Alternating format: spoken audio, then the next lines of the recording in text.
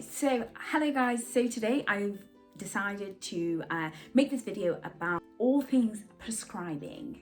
Okay, let's say it together. All things prescribing. So I've decided to make this video today about all things prescribing. So what is prescribing? So prescribing is basically authorizing the use of medication. So authorizing the use of medication, and how that's done in the UK is via a prescription. So somebody who is authorized will write, X should have X amount of this, how many times a day, until when. And this is a prescription, and a valid prescription is one that's done by somebody who has prescribing rights. And prescribing rights are the rights to authorize the use of medication. Okay, so now that that definition is out of the way, I completed my V300, which is the non-medical prescribing course. Now, why is it called the non-medical prescribing course? It's because there are so many different types of prescribers. However, the most important distinction is medical and non-medical prescribers. So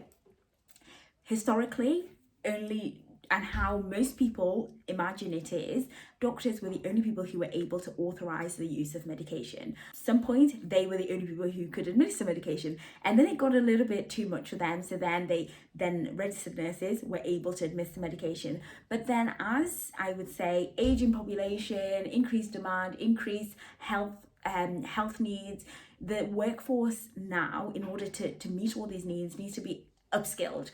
So one of the upskilling that's been going on for a long time is that other healthcare professionals are able to authorize the use of medication. And these are the people who we would call non-medical prescribers. So that's where that term comes from. Now, a non-medical prescriber can be from a lot of disciplines. Just a little caveat, I actually forgot to say, but dentist would be in the medical and dental prescribers. So medical and dental prescribers, by virtue of finishing their qualification, they prescribe. So, but moving forward with this, I'll just be talking about non-medical prescribing. I'm not going to fit that mouthful of non-medical and dental prescribing in.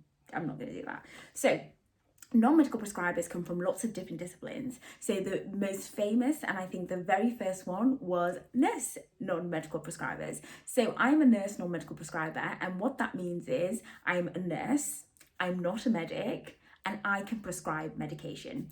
And then that's the next distinction that comes through. Within non-medical prescribing, there are two further distinctions. Are you an independent prescriber or are you a supplementary prescriber? So what does that mean? So what that means is, first of all, an independent prescriber is somebody who, when they authorize the use of medication, they retain the responsibility assessing and diagnosing that medication is right to be authorized. So a supplementary prescriber works in a close partnership with an independent prescriber in order to prescribe medication, or in order to carry out what's called a treatment plan. Somebody has to take responsibility and accountability for the decision and the ongoing care for the patient. Independent prescribers, by virtue of being independent prescribers, they take full responsibility and professional accountability for the assessment of patients, for the diagnosis of patients, and for prescribing the correct medications for patients. Whereas a supplementary prescriber works with an independent prescriber who has already done those things, but has formulated a treatment plan in which medications can be added, reduced in dose, increased in dose, or supplemented with other medications within that given treatment plan. When that treatment plan is exhausted, they can reconsult with the independent prescriber in order to see how they can move forward. There are so many different healthcare professionals who are eligible to become independent prescribers, and some are eligible to become supplementary prescribers. However, it's not just about eligibility of your profession.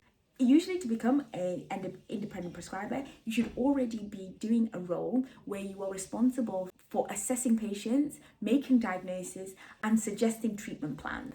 After you become an independent prescriber, you will be making that overall assessment, that overall judgment, and all the professional accountability stays with you. So that's why, even though some prescribers, like nursing independent prescribers, can prescribe anything in the BNF, what you'll find is that actually people only and should only prescribe within the limits of their competence. So although I might be able to prescribe some medications by law, it doesn't mean that I should, because if I'm not competent and I'm not confident in prescribing those medications and I'm not trained to prescribe those medications, then I shouldn't, and this is a matter of patient safety.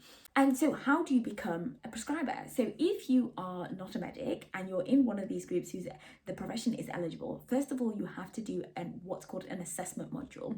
After that, according to your statutory regulator, there are different entry requirements with regards to time and practice and competency, and standalone course called non-medical prescribing, V300, V150, and it has many other names.